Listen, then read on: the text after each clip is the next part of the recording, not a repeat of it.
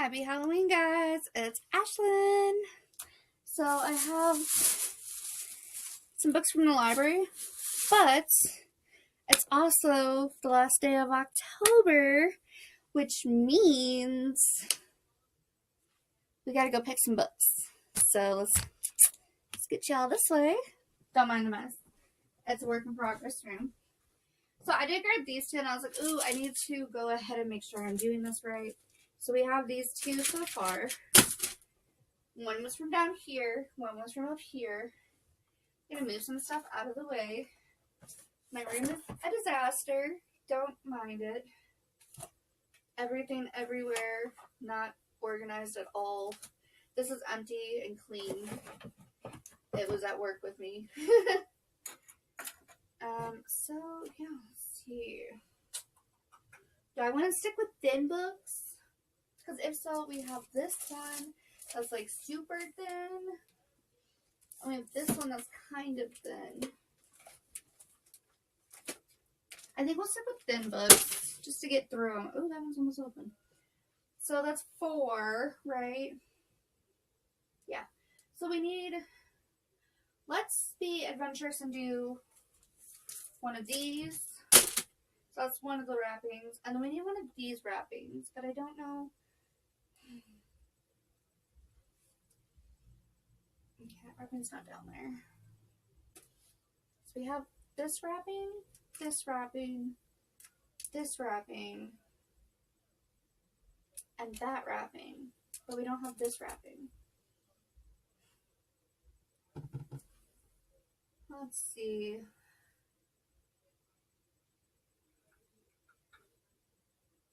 We don't have any choices here.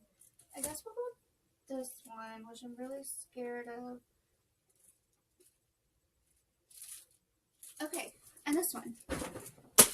I'm pretty sure I know what that one is because it's kind of see-through.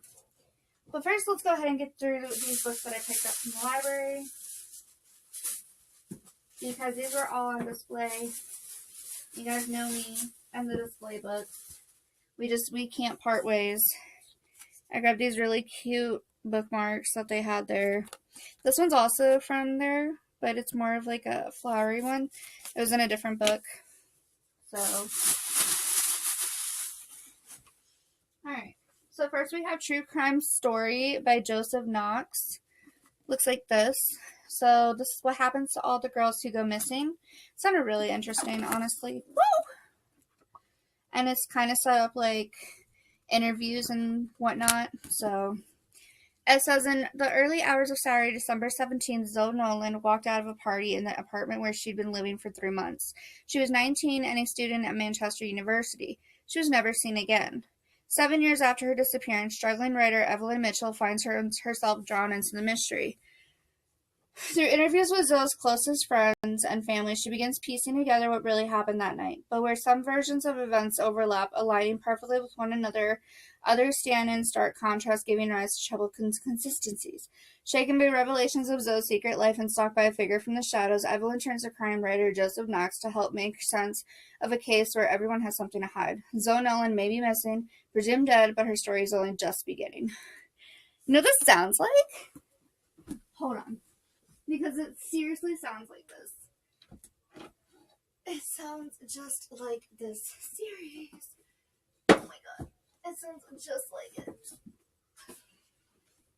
Okay, hold on. You guys can't see yet. Because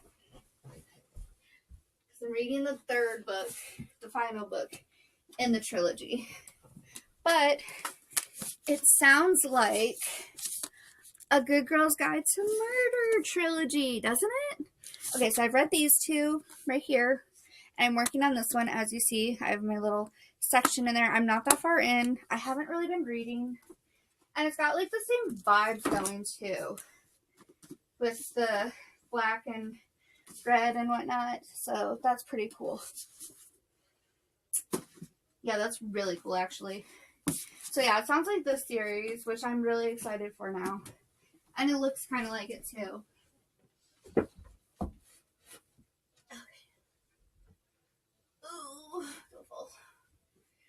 Okay, so that's the first book.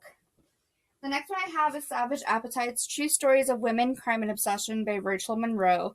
I don't know what it was. There were so many crime books on display, and it was crazy. And this one just plots me as this pretty pink, not pink, but like this peachy, no, not peachy, I don't even know.